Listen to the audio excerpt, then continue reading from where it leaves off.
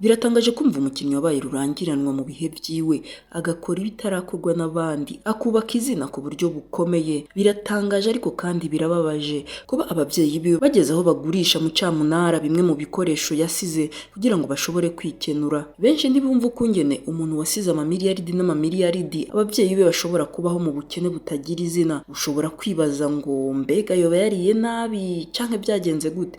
Urashobora no kwibaza ngo ariko ubundi uwo muntu ninde? Abakunda umupira w'amaguru basketball baramuzi cyane, yitwa Kobe Bryant. Uyu afatwa nk'uwanditse amateka adasanzwe mu rukino rwa basketball.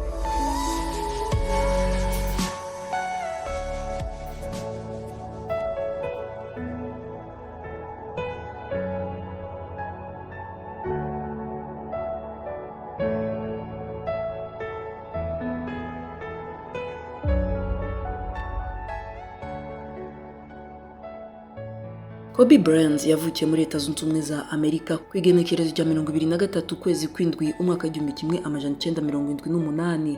Avukira mu gisagara cya Philadelphia ni muri leta ya Pennsylvania. Se wiwe amuvyara yitwa Joe Bryant, nawe akaba yari umuntu adasanzwe mu rukino rwa basketball kubera yuko nawe yarigeze kuba umukinnyi yongera aba umumenyereza. Kobe Bryant yavukiye i Philadelphia muri Leta Zunze Ubumwe za Amerika, ariko ubwo yari afite imyaka 6 yimukana na se wiwe Joe Bryant yari agiye gukina basketball mu Butaliyani inyuma yuko atarakironka ekipe imurondera muri NBA, aho yari amaze gukina imyaka 8. Yatanguye gukina basketball bya nyabyo igihe ari mu Butaliyani, aho yabanye n'abavyeyi biwe imyaka 8, mu nyuma bakaza gutahuka muri Leta Zunze Ubumwe za Amerika, aho se wiwe yatangura gukora ibijanye no kumenyereza mu rukino rwa basketball. Kobe Bryant yize amashuri ya secondaire muri Royal Marion High School muri Pennsylvania, aho yakuye amahirwe yo gutoranwa kwinjira mu maekipe y'ababigize umwuga avuye mu mashure, ibyo bita draft. Atoranijwe mu kibanza ca 13 na ekipe yitwa Charlotte Hornets hari mu mwaka w'1996. Inyuma yo gutoranwa n'iyi ekipe ya Los Angeles Lakers yaje kuganira na Charlotte Hornets yisaba yuko bobaha Kobe Bryant bakabakabira n'uwitwa Vlade Divac muri Serbia. Ama ekipe yombi yaje kumvikana. Kobe Bryant yisanga muri Los Angeles Lakers yamaze imyaka 20 yose ariko arakinira. Kobe Bryant yahevye gukina basketball hari ku munsi wa gatatu igenekerezo rya 13 kwezi kwa kane mu mwaka wa 2016 ku rukino umugwi wiwe Los Angeles Lakers wari wakiriyemo ekipe ya Utah Jazz ku kibuga cha Staples Center, aho urukino rwarangiye Lakers yiwe itsinze amanota ashika ku 101 kuri 96 ya Utah Jazz. Muri runo rukino Kobe Bryant yaje gutsindamo amanota 60 wenyene. Kobe Bryant hariho benshi bamugereranya na Michael Jordan canke na LeBron James, ariko ababizi neza n'abakurikiranira hagufi urukino rw'amaboko basketball bavuga yuko Kobe Bryant wewe ngo yari yihariye ukuntu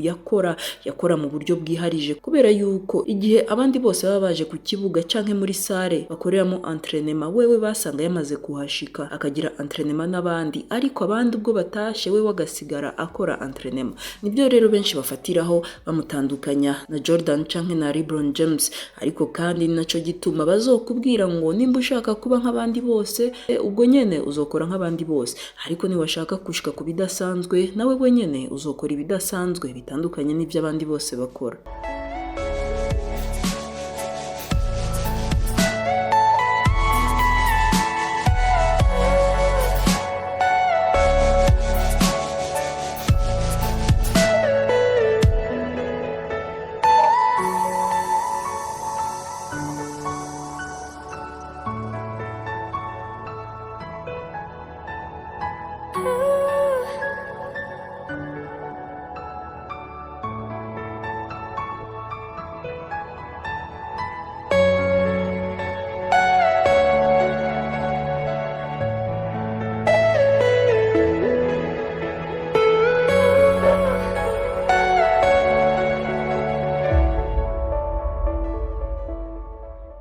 Kobe Bryant yakoze ibintu bidasanzwe muri basketball. Uyu mugabo yasozereye gukina amaze gushika ku bitari bikeyi, harimo nko kuba yaramaze imyaka myinshi mu mugwi umwe canke muri equipe imwe ariyo ya Los Angeles Lakers, kubera yuko yayikinyemo guhera mu mwaka 1996 hanyuma ayivamo mu mwaka 2016 asezeye urukino rwa basketball. Muri iyi myaka 20 yarafashije iyi equipe yiwe gutwara ibikombe bishika bitanu bya NBA, harimo ico batwaye mu mwaka 2000, ico batwaye mu mwaka 2002, mu mwaka 2009 no mu mwaka 2010. Yarashoboye kuba umukinnyi yitwaye neza ku rukino rwa nyuma finale ya MVP inshuro zishika zibiri, ndavuga mu mwaka 2009 no mu mwaka 2010. Yanabaye kandi umukinnyi w'umwaka mu mwaka 2008.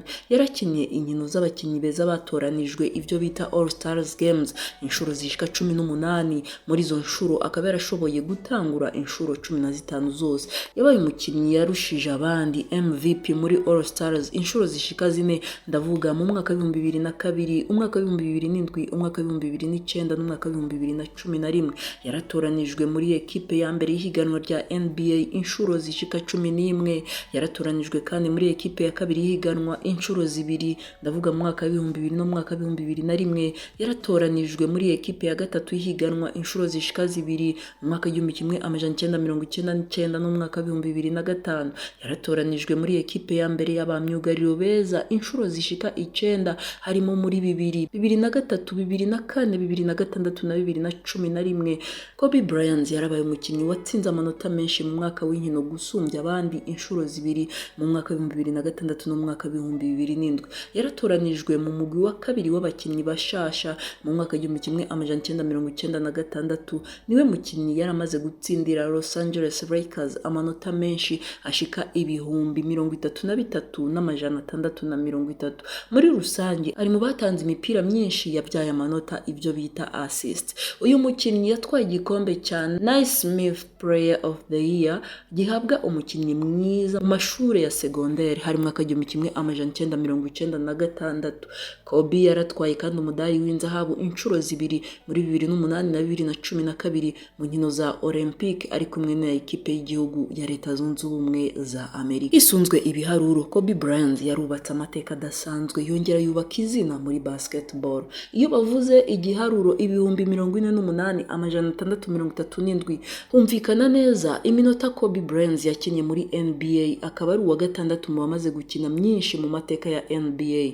Turagaruka kandi ku giharuro 33,630. Aya ni amanota yose hamwe yatsinze, aca uwa kane inyuma y'uwitwa Kareem Abdul-Jabbar watsinze amanota 38,387, uwitwa Karl Malone watsinze 36,928, ndetse na LeBron James watsinze 33,636. Nuko Kobe Bryant agacaza mu kibanza ca kane. Hari ikindi giharuro c'5,640. Aya ni amanota yose hamwe yatsinze mu nkino za playoff muri NBA, bica bimugira uwa gatatu mu mateka ya NBA. Ari nyuma ya Michael Jordan watsinze 5,987 ndetse na Karim Abdul-Jabbar watsinze 5,762. Igiharuro 81. Aya ni amanota Kobe Bryant yatsinze mu rukino rumwe ubwo Lakers yatsinda Toronto Raptors amanota ashika 122%. Ico gihe hari kwigenekerezo rya 22 ukwezi kwa mbere umwaka wa 2006. Ibi byatumye abo wa kabiri atsinze amanota menshi mu rukino rumwe nyuma y'uwitwa Wilt Chamberlain yatsinze amanota 100 mu mwaka wa 1962. Hari ikindi giharuro cyitwa 26. Iki gisiguye inkino yatsinzemo amanota 50 byaciye bimugira uwa gatatu mu mateka ya NBA nyuma ya Wilt Chamberlain ndetse na Michael Jordan. Igiharuro 37 gisiguye yuko yabaye uwa kabiri yashoboye gutsinda n'imiburiburi amanota 25 mu nkino zitatu yikurikiranya kandi akuze. Ndavuga ko icyo gihe yari afite imyaka 37. Agaca kurikira Michael Jordan yabikoze wewe ubwo yari afise imyaka 40 hari mu mwaka wa 2003. Hari ikindi giharuro cya 15. Ibi bisiguye igitangaza yakoze cyo gutangura mu nkino nyinshi z'abakinnyi beza batoranijwe All Stars mu mateka ya NBA. Rero akaba yaratoranijwe inshuro 15. Igiharuro 6 gisiguye inshuro yatsinze amanota 60 mu mateka yiwe.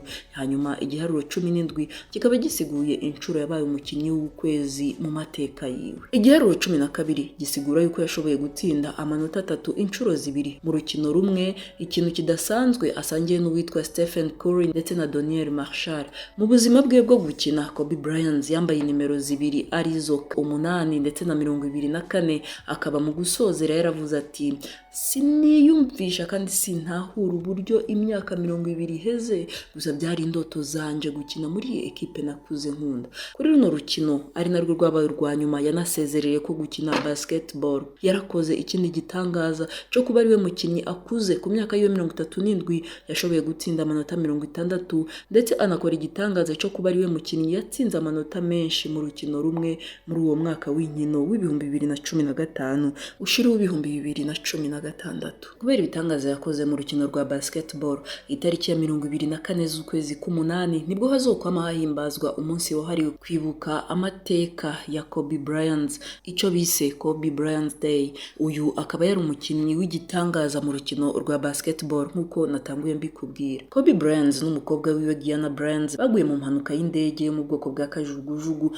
yabaye ku igenekerezo rya 26 ukwezi kwa mbere mu mwaka wa 2020 i Calabasas muri California. Iyi mpanuka ntiyahitanye abo babiri gusa ahubwo yahitanye n'abandi bantu 7.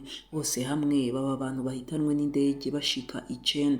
Inyuma yo kubyihweza neza bagasanga Kobe Bryant yarerekanye yuko ari umukinnyi w'icitegererezo ku bantu batandukanye na cyane cyane ku bakinnyi bakiduga mu gisagara cya Los Angeles ndetse no ku isi yose. Hazokwama hahimbazwa umunsi wiwe wamwitiriwe wahujwe n'inimero yakunda kwambara ariyo 8 ndetse na 24. Hakaba haraciye hakorwa yuko kwigenekerezo rya 24 ukwezi k'umunani azoba ari umunsi wamwitiriwe. Mu kwezi kwa gatanu kandi k'umwaka wa 2020 NBA yaremeje yuko igihembo cyari gisanzwe gihabwa umukinnyi yitwaye neza gusumbya abandi mu rukino ruhuza abatoranijwe muri shampiyona ya NBA aricyo All Star Game MVP Award. Ngo kino gihembo kizokwama citirirwa Kobe Bryant. Kobe Bryant yitabye Imana asize umugore umwe Vanessa Bryant.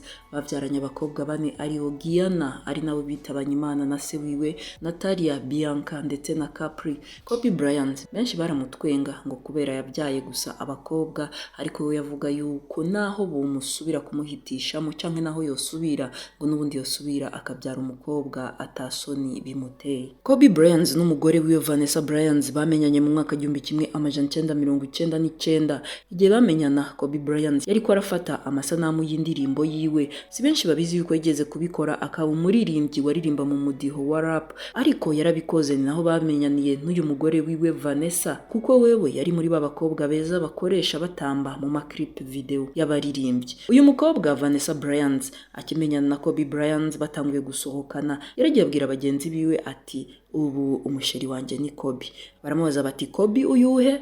Nawe ati wa wundi nyene Kobe muzi. Abavyeyi ba Kobe Bryant ntibigeze bishimira na gatoyi umubano wa bano babiri, umubano w'umuhungu wabo na Vanessa, na cyane cyane yuko bavuga yuko batari bahuje amamuko kubera ko Kobe Bryant yari umwirabura naho uyu mugore wiwe akaba yarafise inkomoko muri Mexique. Abavyeyi barabyiyamirije mbere barabirwanya bavuga yuko kandi bitabaryoheye naho biruko, ariko Kobe Bryant yafashe ingingo yo kubana na Vanessa ababyeyi batabishaka. Kuri mariage ababyeyi n'abagenzi benshi ntibigeze bahashika, ariko aravuga ati namaze gukunda ntaco mu gihindura. Kobe Bryant yabaye umutunzi akomeye biciye mu bikorwa bitandukanye yagiye arakora byiyongera mu gukina umupira harimo n'amasinema. Kino gisata nico yashizemo inguvu nyinshi cyane inyuma yo gusezera ibijanye no gukina basketball. Hariho n'amakuru avuga yuko urupfu rwiwe rwoba rufitaniye isano n'ibintu bijanye n'amafilme, ngo aho bivugwa yuko ari filme yagomba asohore. Muri iyo filme ngo akaba yarashaka gushira ahabona ikintu kidasanzwe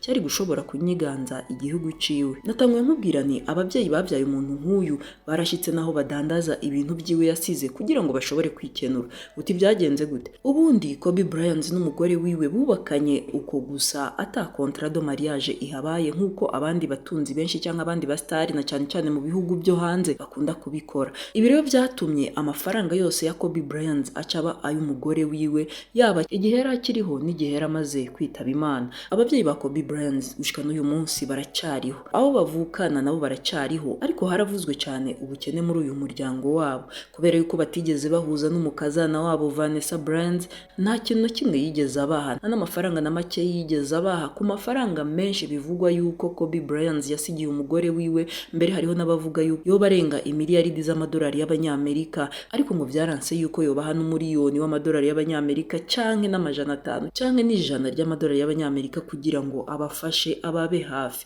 Ngo byaranse yuko atahura yuko niba afise amamiliyaridi uyu munsi yayaronse biciye mu muhungu yabyawe n'abo bavyeyi. Ngo ivyo yaravyirengagije, bamwe babiteye ivyatsi, ariko abamwegereye nawe nyene bavuze yuko kubera inyifato mbi berekanye mu gihe Kobe Bryant yari yamwikundiye bagomba bagire mariage, bakavuga ko batamwishimiye mbere bakanavyerekana, ataco tuma nawe abagirira ikigongwe. Ubu bukene barabubayemo gushika yaho bano bavyeyi bakenera amafaranga bagurisha ku camunara ivyo Kobe Bryant yasize, harimo nk'impeta yazarahabwa ubwo yatsindira ibikombe bitandukanye canke ubwo yagira inkino zikomakomeye bakamuha impeta. Bamwe bakagira bati izi mpeta zifise insiguro cyane ntabwo bari kuzigurisha. Abandi benshi ariko bakagira bati none umukazana wabo Vanessa Bryant yanse kubafasha, ntaco tuma bicwa n'inzara kandi hariho ico batabara. Nkuko nari nabikubwiye, uyu mukinnyi wa basketball yubatse amateka adasanzwe. Yapfuye ari kumwe n'umukobwa wiwe Gianna Bryant, nawe yarafise imyaka 13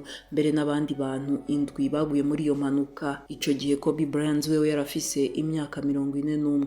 Vanessa Bryant yavuze yuko urupfu rw'umugabo wiwe n'umwana wiwe ngo yabimenyeye ku mbuga ngurukana bumenyi, ngo atari bwabimenye, ariko aho yabimenyeye yatangaje yuko atazigera asubira kubaho neza nkuko yarabayeho igihe umugabo wiwe n'umwana wiwe bari bahari. Ibijanye n'ubuzima bwa Kobe Bryant twobivuga tukirwa tubivuga mbere tukarara tubivuga. Reka amateka twari twaguteguriye uyu munsi tuyarangirize ngaha. Ndakwifurije kugira ibihe byiza, ugire like, share, subscribe na comment. Iyi ni Kings Family Burundi. Kings Family Burundi.